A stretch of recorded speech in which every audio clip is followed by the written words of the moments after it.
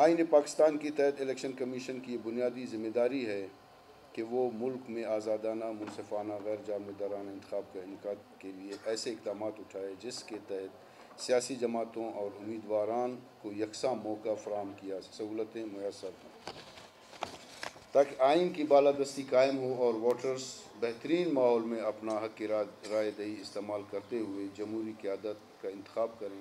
اپنی اسی آئینی ذمہ داریوں کو پورا کرتے ہوئے الیکشن کمیشن نے گزشتہ 2 سالوں میں متعدد اقدامات اٹھائے ہیں۔ آج کے دن کی مناسبت سے میں ان میں سے چند ایک کی ذکر کرنا چاہوں گا۔ کنٹونمنٹ بورڈ کے مقامی حکومتوں کے عام انتخابات کے سلسلے میں ڈائریکٹ نشستوں کی پولنگ 9 ستمبر 2021 کو ہوئی، جبکہ مخصوص نشستوں کے لیے انتخابات کا انعقاد 24 اکتوبر 2021 کو ہوا۔ صوبوں میں مقامی حکومتوں کے انتخابات کے انعقاد کے لیے الیکشن کمیشن پوری طرح تیار ہے۔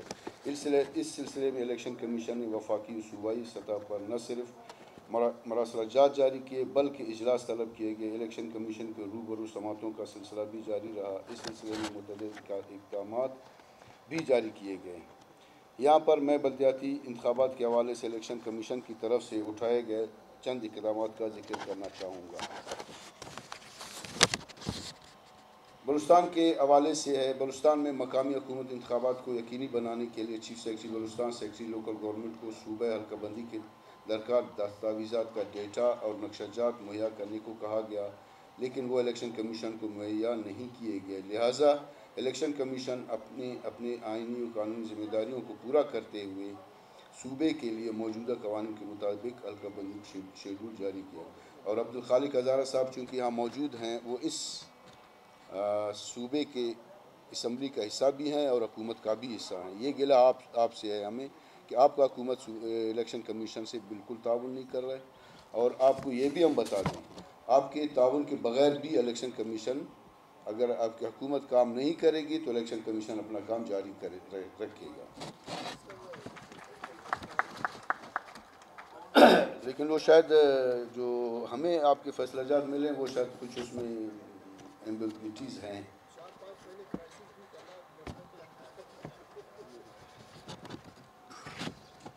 آئندہ انتخابات 2023 کے انعقاد کے لیے فہرستوں کا اپڈیٹ ہونا انتہائی ضروری تھا۔ اس لیے مقصد کے لیے الیکشن کمیشن انتہائی فہرستوں کی میعادی نظرثانی کا کام شروع کر دیا۔ پہلے مرحلے میں ووٹروں کی گھر گھر تصدیق کے عمل کا آغاز کیا گیا ہے۔ مورخہ 7 نومبر 2021 کو کر دیا گیا ہے، جو کہ 21 دسمبر 2000 کو ختم ہوگا۔ اس کے بعد ابتدائی فہرستوں کی عوام کے معائنے کے لیے شائع کی جائے گی، تاکہ پہلے مرحلے میں جن افراد کو ووٹ درست نہیں ہو سکے وہ اپنے ووٹ کا اندراج کروائیں۔ ووٹ کی منتقلی فوت شدہ ووٹروں کا اخراج کروائیں۔ مزید کسی ووٹر کے اندراج پر اعتراض بھی کیا جا سکتا ہے۔ الیکشن ایکٹ 2017 میں جہاں الیکشن کمیشن کے اختیارات میں اضافہ کیا گیا، وہاں کئی ذمہ داریاں بھی سونپی گئی ہیں۔ سیکشن 12 الیکشن کمیشن کو پابند کرتا ہے کہ وہ وقتاً فوقتاً انتخابی عملے اور الیکشن کمیشن کے اپنے اہلکاروں کی ٹریننگ کا اہتمام کریں۔ ہم اپنی اس ذمہ داری کو باحسن طریقے سے نبھاتے ہوئے Saint election, cantonment election, board کے الیکشن اور مقامی حکومتوں کے انتخابات کرانے کے لیے الیکشن آفیسرز کی جامع تربیت کرائی۔ الیکشن کمیشن نے پہلی مرتبہ 77 نئے بھرتی ہونے والے الیکشن افسران بشمول 22 خواتین، 77 میں سے ہم نے 22 خواتین اس الیکشن میں الیکشن افسر سلیکٹ کیے اور 4 ماہ تک ان کو ٹریننگ بھی دی۔ علاوہ ازیں ٹیکنالوجی کے استعمال کے حوالے سے الیکشن کمیشن کافی نئے اقدامات اٹھائے ہیں تاکہ شفاف انتخابات کا انعقاد کیا جا سکے۔ اس کے ساتھ ساتھ ادارے کی تکنیکی استعداد کار بھی بڑھائی جائے، جن میں کچھ سرفہرست اس طرح سے click ECP mobile app, RMS reporting module, ECP field offices اور آٹومیشن۔ سینٹ الیکشن 2021 میں آن لائن اسکروٹنی کا سسٹم کا استعمال، computerised electoral system, GIS polling system management, online complaint management system, ECP helpline service, اور اس کے ساتھ ساتھ تمام سوشل میڈیا پلیٹ فارمز کو ایکٹیویٹ کر دیا گیا ہے، جس میں فیس بک، ٹویٹر، یوٹیوب شامل ہیں، تاکہ عوام کو الیکشن کمیشن سے متعلق تمام مصدقہ اطلاعات بر وقت دستیاب ہو سکیں۔ الیکشن کمیشن کی تاریخ میں پہلی مرتبہ چاروں صوبوں میں ضلعی اور ڈویژن سطح پر نوجوان طالب علموں میں ووٹرز اہمیت اور شعور بیدار کرنے کے لیے اورینٹیشن سیشن کا انعقاد کیا گیا، جس میں طالب علموں، اساتذہ کو آنے والے بلدیاتی انتخابات جنرل الیکشن 2023 کے لیے سینسٹائز کیا جا رہا ہے تاکہ خواتین سمیت تمام طبقوں میں انتخابات